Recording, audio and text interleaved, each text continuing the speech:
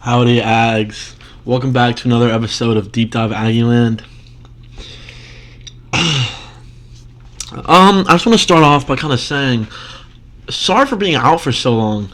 Um, I know I haven't recorded since August, September, so it's been a while. I've recorded since late August, and I'd like to apologize for that.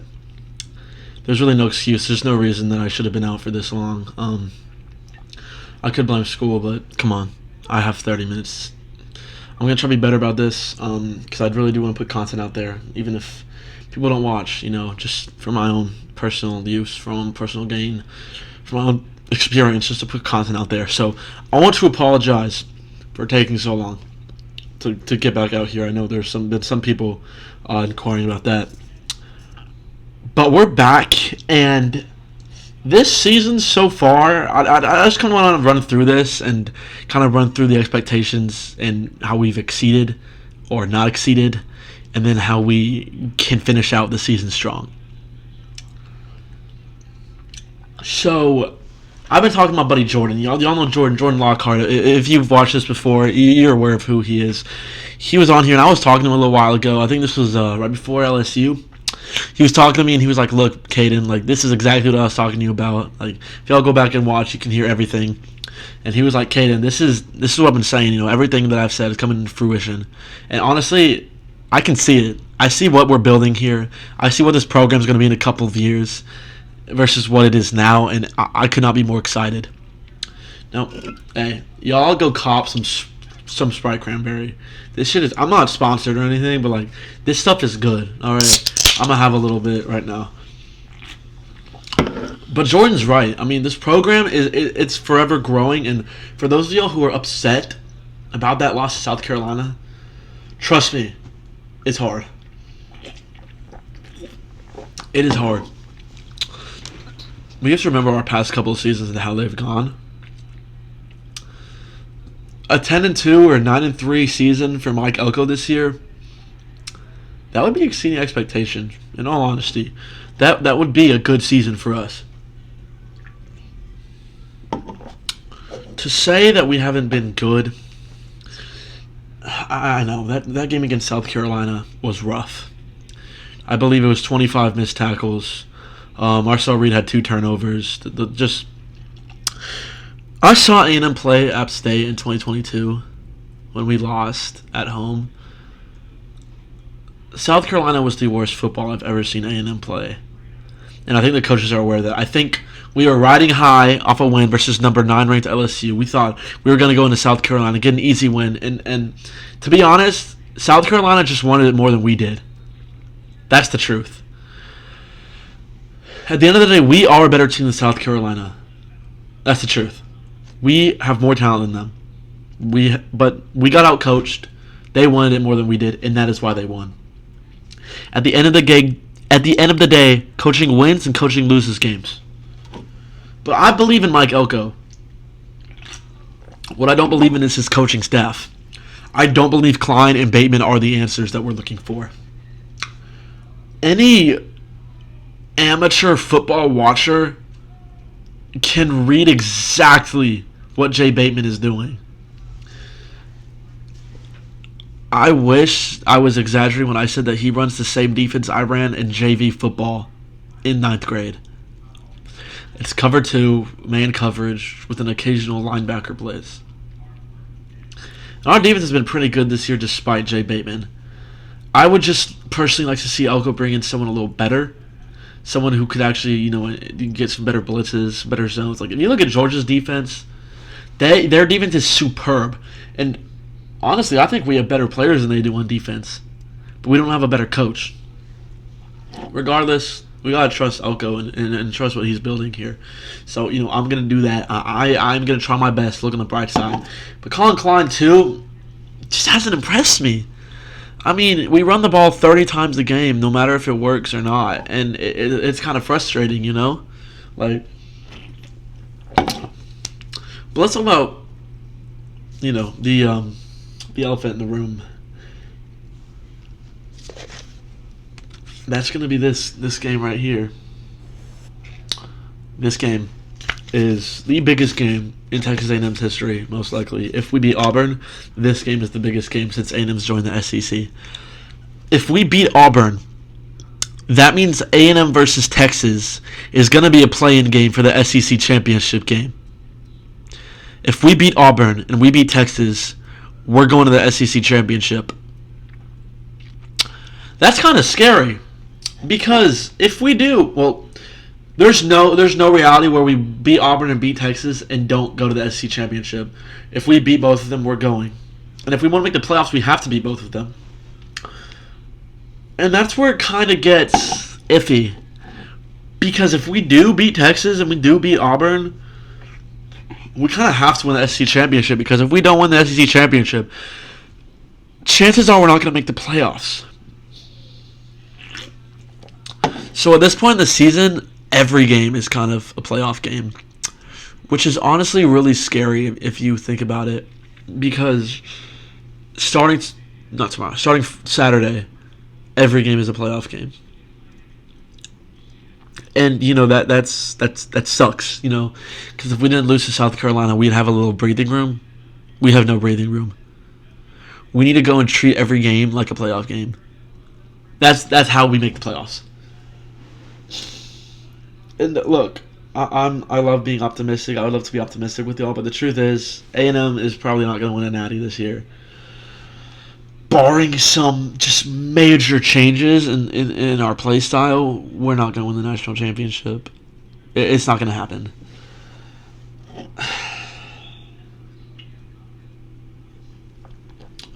But I can see us winning within 3 years. Genuinely. Marcel Reed looks amazing. But the problem is he could look better. It sucks that we lost Houston Longstreet. That really sucks because he was going to be our quarterback of the future. You know, after Marcel leaves, that was going to be our guy. But you know what? We still have Helaman Kasuga the next year. He's a kid from Utah. He's amazing. He's the quarterback of Jerome Miles. Jerome Miles currently committed to USC, but hey, he's visiting College Station November 30th. He might just be visiting for a good game. Maybe his college quarterback was like, hey, or his high school quarterback was like, hey, like, come along with me, you know, we'll just look it out together. You know, so maybe. I mean, me personally, I would love to play with my high school quarterback. That would be awesome. But you know there's going to be hella recruits here in the College Station when we play Texas. But let's not jump the gun here, okay? Because we do still have to play Auburn, okay? And Auburn, while they're not very good, they're still an SEC opponent. That is what we have to remember. We are only 2.5-point favorites against Auburn. Which is really scary because we lose to Auburn, our season's over. Not made it would be nice to make the playoffs. It would be nice just to show people, you know, we're not down, we're not out. Elko's our guy. It would be nice. You know, I kind of forgot to talk about, you know, the other elephant in the room, which is Connor Wigman.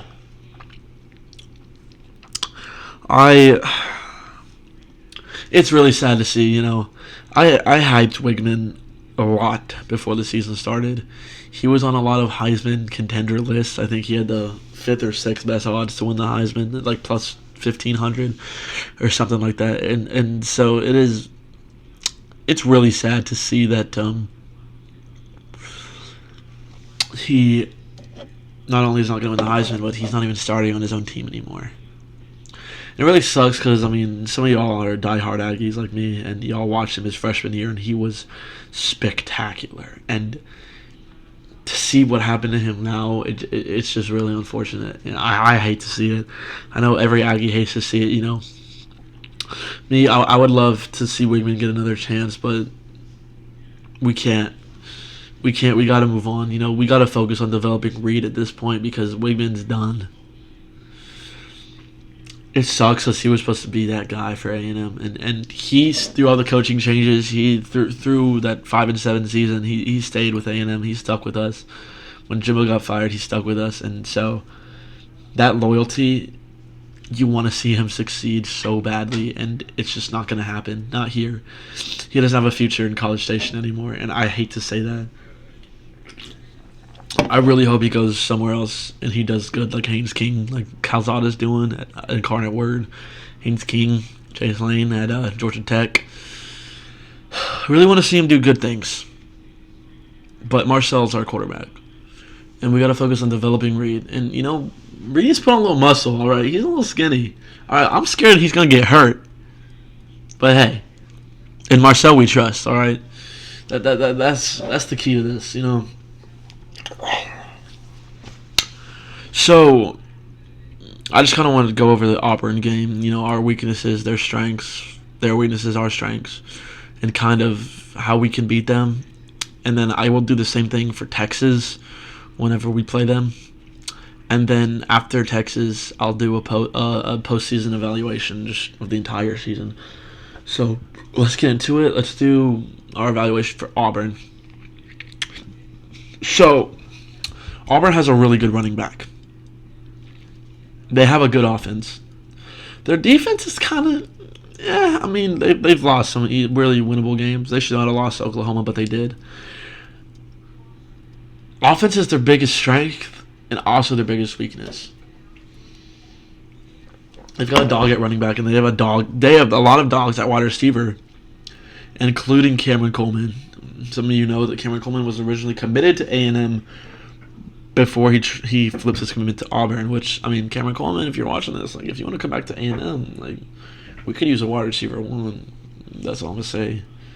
So that sucks.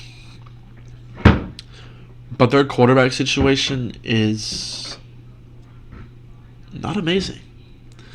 You like where you are if you're A&M because you can kind of target that. We put pressure on Peyton Thorne or whoever's starting. I don't know. Is it Hank Brown? I don't know. They've been switching it up a lot this year. I really don't pay attention to Auburn. But whoever it is, put pressure on him. Our man coverage should work because he's not a good quarterback. And we need to contain their running back.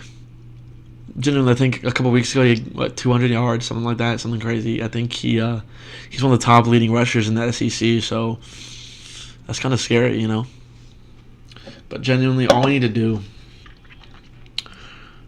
trust Amari with the ball. Amari Daniels, losing Owens, losing Moss, we have not been lucky. We lost Besantis. People are saying Shamar Turner might not play. We are riddled with injuries again. It happens year after year after year, and you hate to see it.